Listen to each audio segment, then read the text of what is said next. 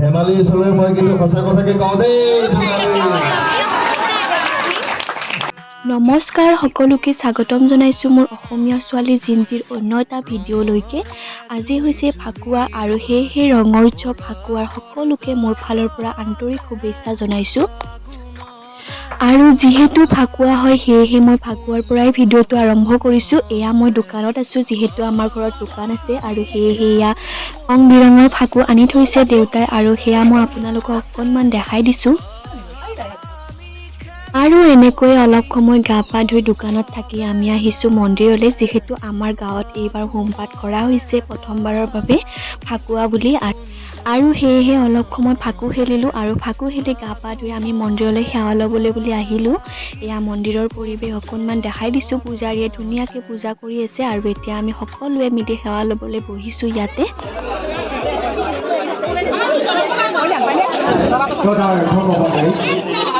এতিয়া পুষ্পাঞ্জলি ল'ব সময় হৈছে।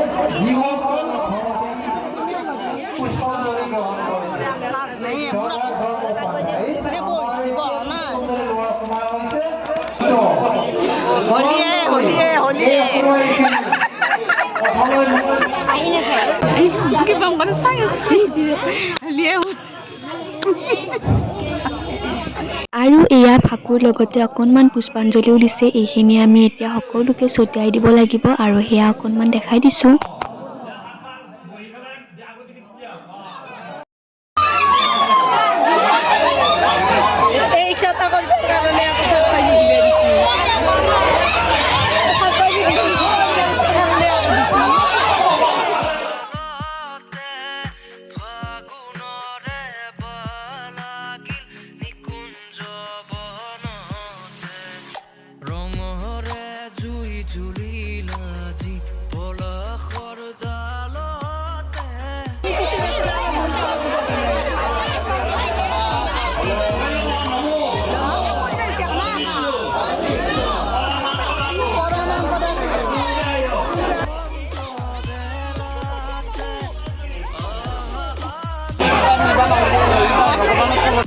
আৰু এতিয়া আমি সকলোৱে ধুনীয়াকৈ সেৱা কৰি ল'লোঁ আৰু এতিয়া সকলোৱে ইয়াতে লগ লাগি ফাকু খেলিব আৰু সেয়া অকণমান পৰিৱেশ আপোনালোকক দেখাই দিছোঁ। যোনে যি পাৰে যেনেকৈ পাৰে ফূৰ্তি কৰিছে আৰু সকলোৱে ইয়াতে গান লগাই নাচিছেও, সেয়াও অকণমান দেখাই দিছোঁ আপোনালোকক।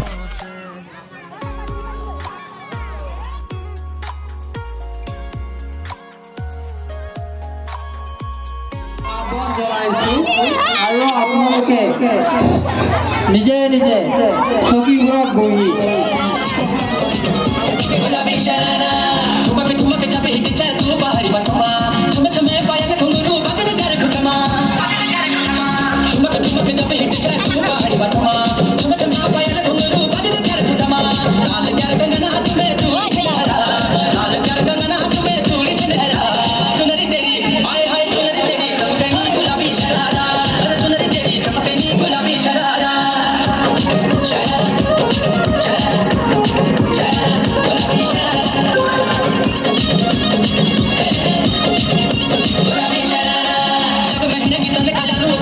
এনেকৈয়ে হোলী খেলা হোৱাৰ কিছু সময়ৰ পিছতে আমি ধুনীয়াকৈ প্ৰসাদ খালোঁ আৰু তাৰ পিছতে খিচিৰি খাই আমি ঘৰলৈ আহিলোঁ। যিহেতু গধূলি নাম হ'ব সেয়েহে আমি গধূলি নাম চাবলৈ আহিম আৰু সেয়ে এতিয়া আমি ঘৰলৈ যাওঁ। ঘৰত যাই অকণমান সময় ৰেষ্ট লওঁ আৰু তাৰপিছত গধূলি আকৌ আহিম।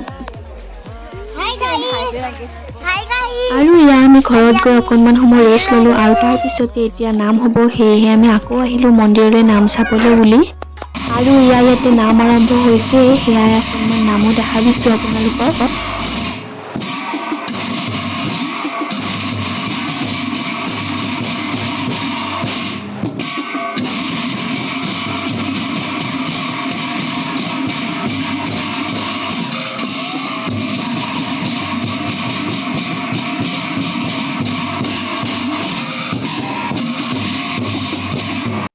আৰু এনেকৈ নাম ধৰি থকাৰ মাজতে আহি পালে বৰষুণ আৰু সেয়েহে অকণমান সময় নাম স্থগিত ৰখা হৈছে আৰু সকলোখিনি মানুহ ৰখি আছে নাম চাবৰ বাবে। বৰষুণ কমিলে আকৌ ধৰিব নাম আৰু তাৰ মাজতে আহি পালে আমাৰ অসমীয়া চলচ্চিত্ৰ জগতৰ বিশিষ্ট অভিনেতা ৰাঘনিতম আৰু তেখেতক বন্তি প্ৰজ্বলনৰ বাবে নিমন্ত্ৰণ কৰা হৈছিলে আৰু সেয়েহে তেখেতো আহি পালে আৰু এয়া মই আপোনালোকক অকণমান দেখাই দিছোঁ। তেখেতকো এখন গামোচাৰে আমাৰ এই অনুষ্ঠানত আদৰণি জনাইছে। যে এনেকুৱা এক অঞ্চললৈ মই আহিবলৈ পাইছোঁ, আপোনালোকৰ মাজত দুআষাৰ মনৰ কথা পাতিবলৈ পাইছোঁ, আপোনালোকৰ লগত চিনাকি হ'বলৈ পাইছোঁ, আপোনাৰ খবৰ মৰম চেনেহ আশীৰ্বাদ পাইছোঁ, সঁচাকৈয়ে সৌভাগ্য। আচলতে এতিয়া অঞ্চলত এতিয়া অনুষ্ঠান আগবঢ়াই নিয়াটো খুব জটিল কাম। ঐতিহ্যমণ্ডিত শ্ৰী শ্ৰী ৰঘুনাথ সত্ৰ নামঘৰ এই প্ৰাংগণত আমি উপস্থিত হৈছোঁ। শতবৰ্ষ গৰকা এটি অনুষ্ঠান, এটি অঞ্চল, এটি ৰঘুনাথ শ্ৰী শ্ৰী ৰঘুনাথ সত্ৰ নামঘৰ। এই পবিত্ৰ প্ৰাংগণত আমি আটাই উপস্থিত হৈছোঁ। আমাক বাধা দিছে কোনো বাধা দিয়া নাই, প্ৰকৃতিয়ে দিছে। প্ৰকৃতি অকণমান বৰষুণ দিছে, সেইটো বাধা নহয়। কিন্তু আমি যদি ভাবিছোঁ প্ৰকৃতিয়ে বাধা দিছে, বৰষুণ দিছে, আমাৰ দিগদাৰ হৈছে, নাই হোৱা দিগদাৰ। কিয় দিগদাৰ হ'ব? সদায়তো বৰষুণৰ চাদৰ লগতে থকা যে অকণমান তিতি লৈ যেনিবা, অকণমান ভিজি লৈ যেনিবা, দিনতো বোকা পানী লৈ খেলিম। ফাকু মানে বোকা পানী নহয় জানো? ফাকু মানে ৰং, ফাকু মানে বোকা পানী, সকলো। গতিকে অকণমান বৰষুণ দিছে, ভাল লাগিছে নাই বাৰু?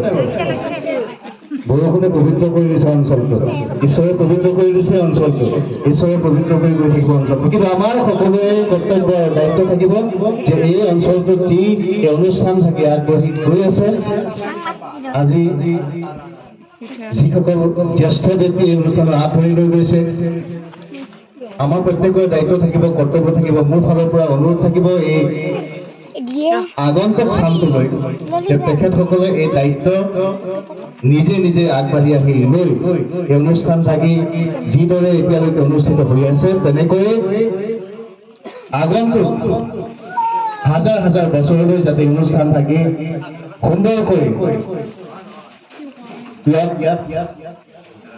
ভক্তপন ৰাইজলৈ আগবঢ়াই লৈ গৈ থাকে। বছৰে বছৰে যাতে কলিতা বা মিঠাতেল যিমান বিক্ৰী হয় সেইটো নাজানো, কিন্তু ডিছপ'জিবল গ্লাছ বেছি বিক্ৰী হয়। সেইটো বেলেগ সংস্কৃতি, সেইটোৱে বৰ শেষ কৰি পেলাই, সেইটো কেতিয়াও থাকিব নালাগে। কাৰণ সেইটো এতিয়াহে নাথাকিব যেতিয়া আমি এটা অঞ্চলৰ প্ৰত্যেকজনে বুঢ়া মেথাৰ পৰা আদি কৰি নতুন প্ৰজন্মৰ প্ৰত্যেকে যেতিয়া আমি এনেকৈ এটি এটি অনুষ্ঠান অনুষ্ঠিত কৰি যাম, এটি এটি অনুষ্ঠান আমি আগবঢ়াই লৈ যাম, য'ত থাকিব ৰাইজে থিয়েটাৰ যে চাই, সেইটো মই ভালকৈ যাম। কিন্তু গৈ পেলাই তাত কিন্তু মোক মাত দিব লাগিব, আমি পাঙাৰা দিবনে? দিব দেই সকলোৱে। সেইটো মোৰ কাৰণে আটাইতকৈ ডাঙৰ আশীৰ্বাদ হ'ব। ভাল লগা সংলাপ আছিলে, সংলাপবিলাক মনত নাথাকে, তথাপি সেই তাহানিতে জোনবাই কৰিছিলোঁ, জোনবাই চাইছিলোঁ বহুত বছৰৰ কথা। এই তাৰে এটা সংলাপ ধেমালিৰ ওচৰলৈ মই কিন্তু সঁচা কথাকে কওঁ দেই, ধন্যবাদ।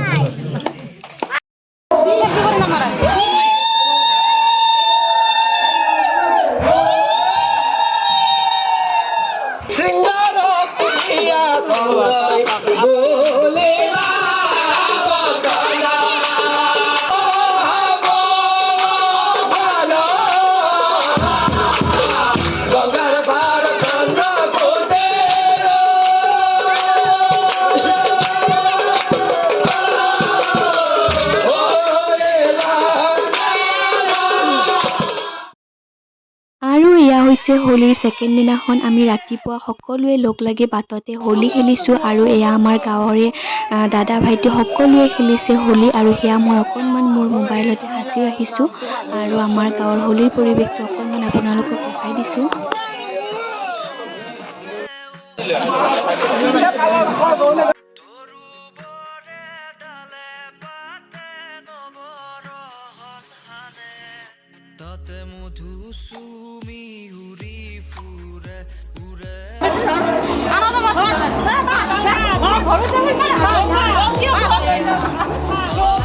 আৰু এয়া গধূলি যিহেতু আমি হোলী খেলিলোঁ সেয়েহে গধূলি আমি সকলোৱে লগ লাগি খানা খাবলৈ লৈছোঁ হোলীৰ খানা আৰু এয়া আমি হোলীৰ খানাৰ বাবে সকলোৱে যা যোগাৰ কৰি লৈছোঁ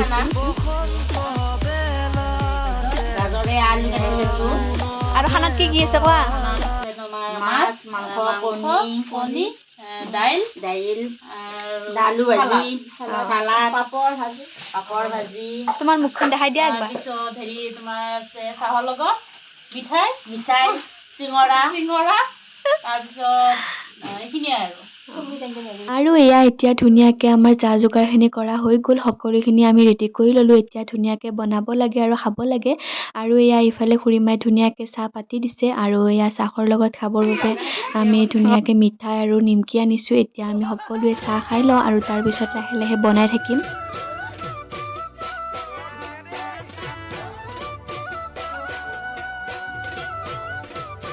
আৰু এইফালে আমাৰ কণীও ধুনীয়াকৈ বইল হৈ গ'ল আৰু লগতে দালিখিনিও বইল কৰা হৈ গৈছে এতিয়া ভণ্টিয়ে ইয়াতে ধুনীয়াকৈ চৌকাতে তাই বনাব আমি ধুনীয়াকৈ ৰেডি কৰি দিছোঁ আৰু তাই গোটেইখিনি ধুনীয়াকৈ বনাব আৰু এইফালে মাংসও ধুনীয়াকৈ চাফা কৰি থকা হৈছে আৰু যিহেতু মাংসখিনি অকণমান দেৰিকৈ আনিলে সেয়েহে এইখিনি চাফা কৰাত অকণমান দেৰি হ'ল আৰু তথাপিও আমি কৰি আছোঁ লাহে লাহে ধুনীয়াকৈ সকলোবিলাক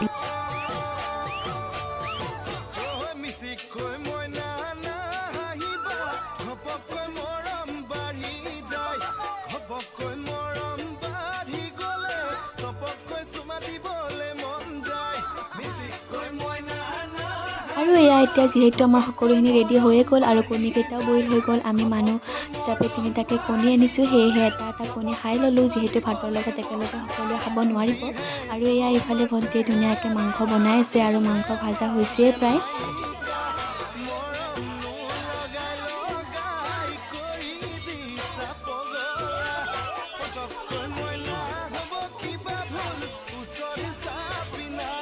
আৰু এনেকৈ সকলোখিনি হোৱাৰ পিছতে আমি সকলোৱে লগ লাগি মাটিতে ধুনীয়াকৈ ভাত খালোঁ আৰু ফাকুৱাৰ এই 2টা দিন কেনেকৈনো আমি উদযাপন কৰিলোঁ সেয়াও একেলগে আপোনালোকক দেখুৱালোঁ আৰু যদি ভিডিঅ'টি চাই ভাল লাগিছে লাইক কমেণ্ট কৰি দিব আৰু যদি চেনেলটো ছাবস্ক্ৰাইব কৰা নাই তেনেহ'লে ছাবস্ক্ৰাইব কৰি দিব আজিলৈ বাই বাই পুনৰ লগ পাম অন্য এটি ভিডিঅ'ৰ সৈতে